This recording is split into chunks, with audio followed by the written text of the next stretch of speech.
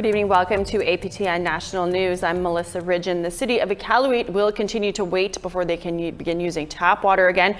Late this afternoon, city officials provided an update on the results of recent water tests. Those tests found exceedingly high concentrations of various fuel components in one of the city's in-ground water tanks at the water plant. City officials say the contaminated water is being pumped out of the affected tank, a process that is expected to take 2 days. The do not consume order remains in place and may be in effect until the middle of next week. The first report of smell coming from tap water came on October 2nd, but it wasn't until October 12th that the city officials said residents should not consume tap water or use it to cook. Nunavut health officials say there is no evidence of long-term effects from drinking the contaminated water, but that further investigation is taking place on how the contaminants were able to get into the tank. Well, yesterday we told you about the search off the coast of southwestern Nova Scotia for a Mi'kmaq captain of the vessel Miss Janet. The 52-year-old disappeared overboard Thursday morning. Searchers have located his body this afternoon. Chippaganagity Chief Mike Sack confirmed today that he was a member from his community, but at the request of the victim's family, the name is being withheld. Well, over to Edmonton today, about a dozen women gathered outside the courthouse there. They were expecting the man charged with second-degree murder in the death of 30-year-old Billie Wynell Johnson to enter a plea. APTN's Chris Stewart was there. Billie Wynell Johnson deserved better than this. The mother of two went missing last Christmas Eve. Her family searched for months in hopes of finding her safe. In April, her body was found by the Edmonton police off of a tip in a farmer's field in North Edmonton. Her boyfriend, 35-year-old Kenneth Cudarelli, was charged with second-degree murder in her death. Billie Wynell's mother was at the Edmonton courthouse with supporters Friday morning for his plea. She says the support she has received has helped. The support's been overwhelming. I've been able to do this with a lot of people behind me. If it wasn't for them, I don't think I would have been able to truck on, but I have been. Johnson says violence against women needs to stop. These atrocities against our women need to stop, especially coming from our Native men. And they need to be held accountable for the things that they do to our women. They should not be given slaps on the wrist. Inside the courtroom, Cudarelli's plea was delayed until November 12th. Johnson says she will have another rally then. Chris Stewart, APTN National News, Edmonton. With high-powered First Nations figures like Carrie Price seeking mental health support, discussions about house services and how to get them are ramping up. On the North Shores of Quebec, the Inuit community of Wahatmek-Manutnam recently welcomed a critical resource, the province's first Indigenous-run suicide prevention house. Lindsay Richardson has more. Wahatmek-Manutnam, population around 3,000. The Inuit community on Quebec's Côte-Nord is close-knit, sharing a love of nature, a love of music,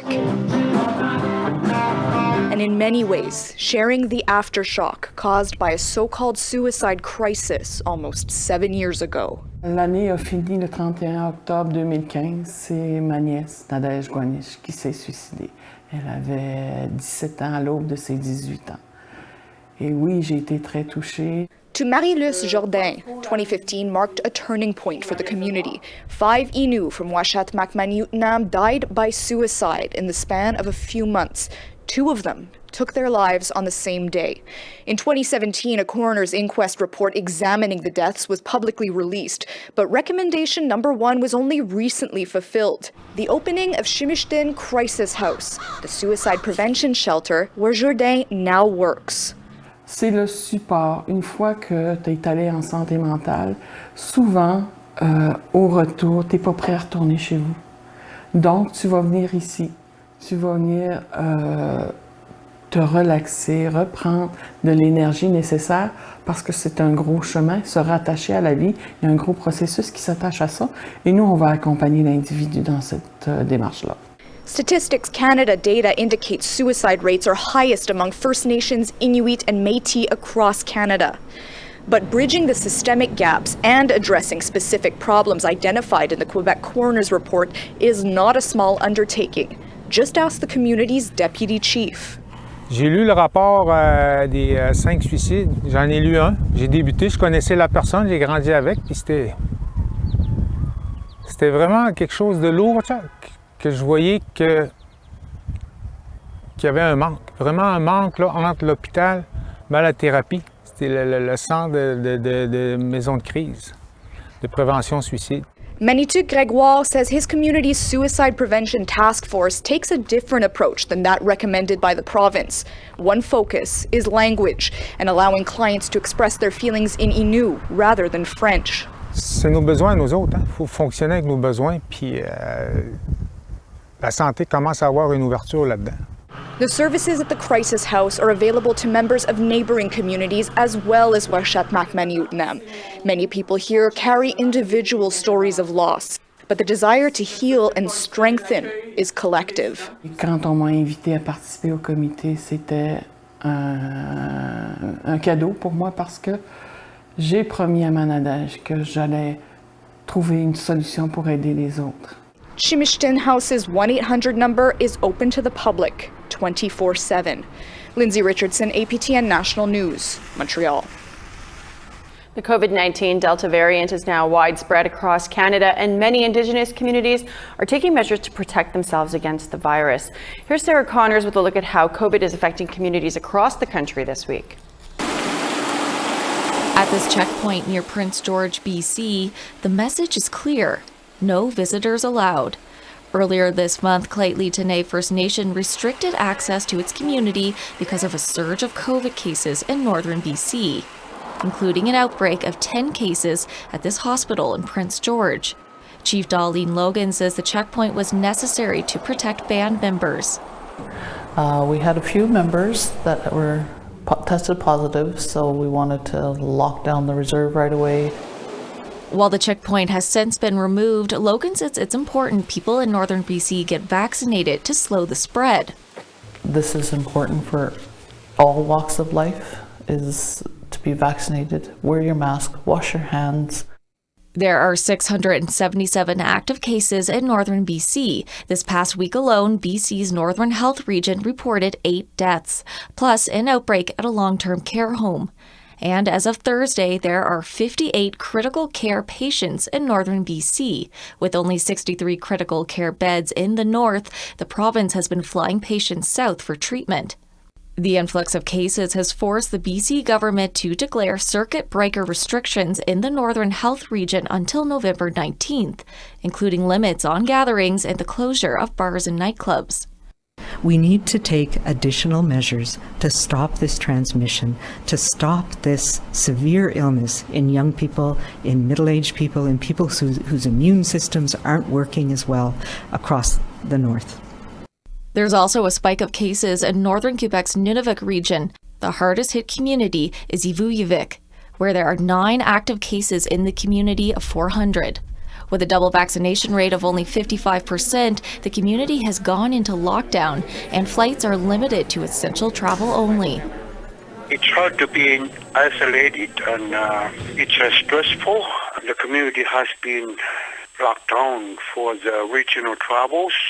And there's no school, no daycare, and the public places are closed. To make matters worse, Iqaluit is almost out of vaccines, though more are expected to arrive as soon as next week.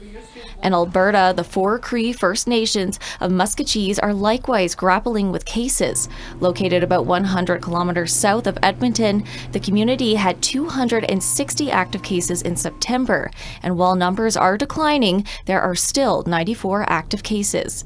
Meanwhile, NWT is reporting its 9th death, and now has the highest per capita rate of active COVID-19 infections in Canada, causing some communities to go into a circuit break lockdown. The territory continues to struggle with multiple COVID outbreaks, including at shelters in Nunavut and Yellowknife. In Betchago, the largest First Nation community in the territory near Yellowknife, there are 133 active cases and a moderate vaccination rate of 65%. Betchago has been under a containment order for weeks, and Chief Clifford Daniels says the virus is worsening issues already in the community, like housing. The statistics show that, 22% of our houses in the community are overcrowded, and we need quite a bit of housing here. And so, if one person in the household gets affected, and it just spreads to everybody. However, numbers are dropping in the territory. There are currently 373 active cases, down from 456 last Friday. Restrictions are set to lift on October 22nd. Daniel says COVID numbers in Betchigo continue to fluctuate daily, though he's hopeful additional measures like a temporary prohibition order will help curb new cases. We're trying as best as we can in the community to keep the spread from getting worse. And, the community is gradually, slowly buying in. Sarah Connors, APTN National News, Whitehorse. One of the best-known advocates for the families of missing and murdered Indigenous women and girls in Manitoba is in a Winnipeg hospital this week after being diagnosed with COVID-19. Bernice Ketchway is the mother of Jennifer Ketchway, who went missing from Manitoba back in 2008. Bernice and her husband have never stopped looking for Jennifer. They've been active in bringing the MMIWG issue to the forefront and comforting other families whose loved ones have gone missing or have been found murdered. Willie Starr is Bernice's son. I feel good that my mom is here and getting the care that she needs right now. But we're not out of the woods just yet. It's going to take some time for her to recover. Family said she had not yet been vaccinated against the virus. Well, we need to take a break, but still ahead, breast cancer in Indigenous and BIPOC women. Stay with us.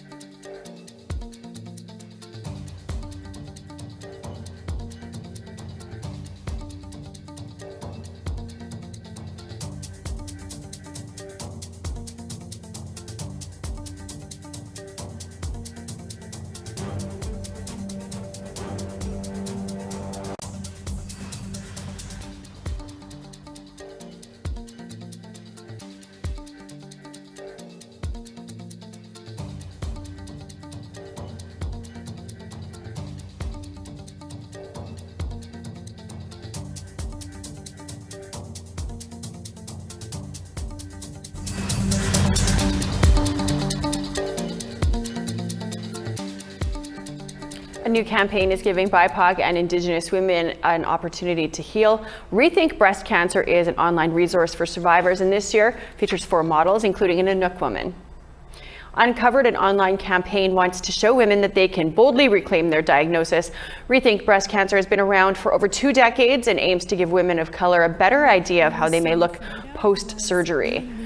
Vicky Oftemauer is one of the 4 women featured in this year's campaign. The 46-year-old Inuk from Baffin Island was diagnosed with stage 2 cancer in 2019.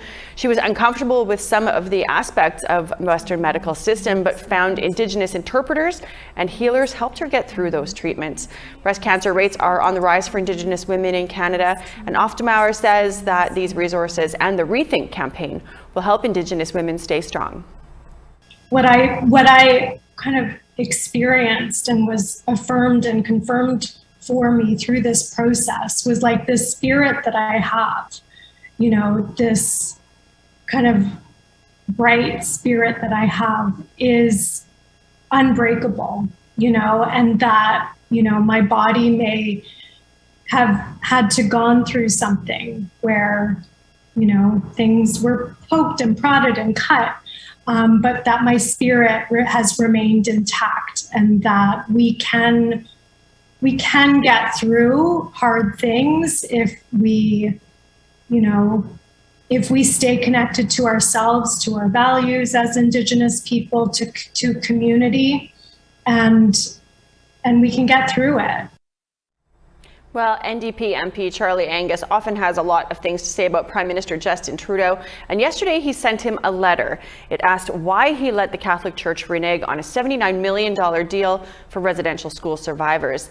Angus also asked why the then Attorney General Jody Wilson-Raybould hadn't been consulted on the deal. To explain more about that letter, we're joined now by Charlie Angus. Mr. Angus, why now to press Prime Minister Trudeau about, and the Liberal government, about something that happened back in 2015? The fact that the Catholic Church was able to walk on the money that they owed in the Indian Residential School Settlement Agreement has remained an outstanding sore since 2015. Because we know that they would have had to pay much more in terms of damages if this had gone to court. So the federal government and the churches came up with this idea that they would limit their liabilities and all the churches would pay some money and then the survivors would get paid out. That hasn't worked out.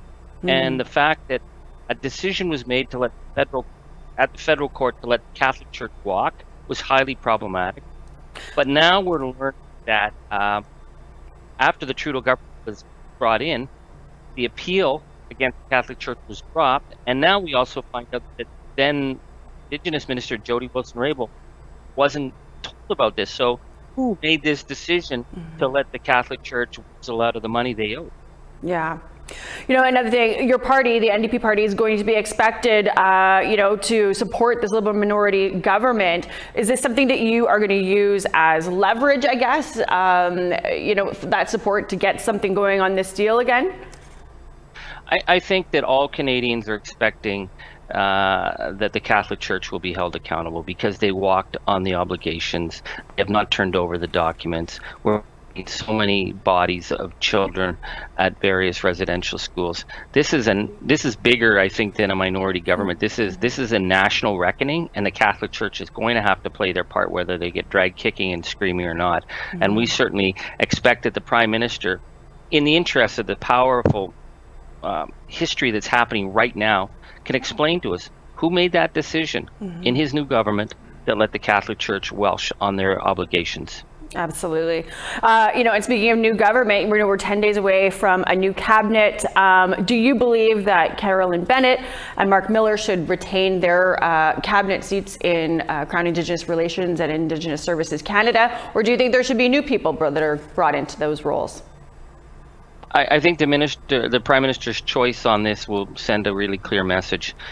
Carolyn Bennett should not be in that role. I've known Ms. Bennett for many years. I've worked with her on many files, but I think she has become a toxic presence in the issues of reconciliation, particularly her obsession in going after the survivors of St. Anne's Residential School and refusing to deal with the fact that this was a massive miscarriage of justice. Once again, the collusion of the Catholic Church and the federal government suppressing evidence, protecting the names of the perpetrators, having hundreds of cases heard in hearings without proper evidence. is a miscarriage of justice. And I don't think Ms. Bennett should stay in that role. I think it would send a really wrong message. I think Minister Miller has underperformed. I think he's very well-meaning. I don't think he has stood up to some of the challenges that are coming. And so I'm interested to see what the Prime Minister is willing to do on this file. But the Prime Minister really needs to understand that if we're going to move towards reconciliation, we have to start dismantling that bureaucracy. We have to dismantle that department. We have to show that the government understands its collusion in the crimes against the people that meet the test of international crimes against humanity. They got to start getting serious about this. And this is what we've heard from survivors, but we're hearing this across the country right now. So this is a moment for the Prime Minister, I think, to start over again and to try and repair some of the damaged relations that he's created over the last number of years with his decisions. Well, we shall see if that happens. Charlie Angus, thank you so much for joining us. Always a pleasure to chat. Thank you so much for having me on. Well, it's time for us to take another break, but coming up, an Indigenous model walks the biggest of all catwalks. Stay with us.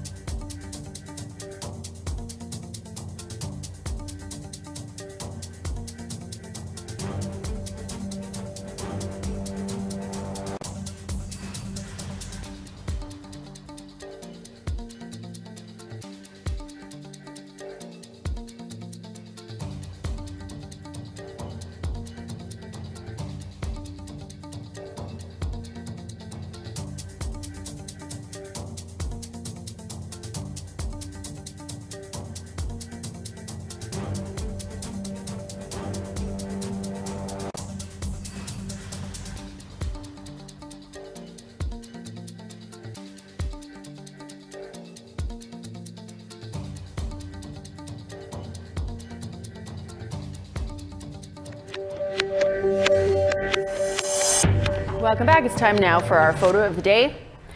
Well, this is what you will find during a seasonal walk through the forest in the territory of the Okanagan people near Kelowna, British Columbia. Thanks to Aidan Withers for this great picture. You can send your fall nature shots to share at aptn.ca and then tune in to see if you are featured as our next photo of the day. Now let's take a look at tomorrow's weather forecast. Starting off on the east coast, we've got 8 and cloud in St. John, 17 for Charlottetown and Halifax and sunny there. Sunshine and 8 for Kuujjuaq, Nain, mix of sun and cloud and 3 degrees. Gaspé, 10 and a chance of showers, 20 and some rain expected for Montreal. 19 and showers for Ottawa, 13 and showers for Sault Ste. Marie. Kapuskasing, 13 and showers, Timmins, 12 and showers. Sunshine and 8 for Puckatawagan and Thompson, 10 and sunshine for Norway House. 14 and sunny in Winnipeg, Brandon and Dauphin. Sunshine in Saskatchewan, 16 for Saskatoon, 15 for Regina. 7 and sunny in Stony Rapids, 12 and sunshine for L'Orange. Chance of flurries and 8 degrees for Grand Prairie, 11 and sunshine for Fort McMurray. 16 and sunny in Edmonton, Red Deer, Calgary. 17 in showers for Penticton and Kamloops, 13 in cloud for Quesnel, 9 in showers for Prince George, 4 in sunny for Fort Nelson, 2 in sunny for Whitehorse and Watson Lake, 1 in snow for Mayo, 0 in snow for Wrigley, 7 and a chance of flurries for Yellowknife, Colville Lake, flurries and 0, Sax Harbor -6 in flurries, 4 in cloud for Baker Lake, 1 in snow for New Yacht, Iqaluit -1 in sunny skies, Pangertung and Iqaluit both +1 in sunshine. Well, Quanah Chasing Horses star just keeps shining brighter. The Han Gwich'in and Oglala Lakota model and activist has graced pages of Vogue. She's made a splash at the Met Gala, and now she has walked the runway for one of the most iconic design houses in the world, Chanel. The energy backstage was insane. It was amazing. Getting ready, doing makeup and all of that. Everyone was just having so much fun. Chasing Horse sashayed for the Spring-Summer 2022 show, sharing the runway with some of the biggest names in modeling, including Lily Rose Depp, that's the daughter of actor Johnny Depp. The ready-to-wear collection harkened back to some bold Chanel looks from the 80s. You can watch the entire show at chanel.com. There's also some backstage extras in there too. Very confident. Crazy. Well, after flipping through the pages of the Colonial Playbook last week, APTN Investigates is now exploring the Colonial Toolkit, tactics that Indigenous people are using to close the Colonial Playbook and break free from colonial chains. Josh Grummett is here with a preview. Josh, tell us a little bit about this show title, the Colonial Toolkit. What is the Colonial Toolkit? Absolutely. So if you watched Investigates last week, you will have seen our first episode of the season, the Colonial Playbook, where we go through the playbook of strategies and tactics that Canada has consistently used to delay and deny Indigenous justice. This week, we go into the toolkit. What are the responses? What are people doing on the ground across Turtle Island to fight back, to sort of reclaim the future, to respond to the playbook that Canada uses? I love it. And some of the weapons that would be found in this Colonial Toolkit, what are they? So first up, we've got our producer, Robert J. Ballantyne, visiting with Veldon Coburn on Pequannagon, who they're talking about the resolution of the Algonquin land claim and how to organize responses to it, how to make sure that the people who are part of the community can get an equitable solution for all. Then we visit with Pam Palmer at Ryerson University to talk about the toppling of the statue of Egerton Ryerson.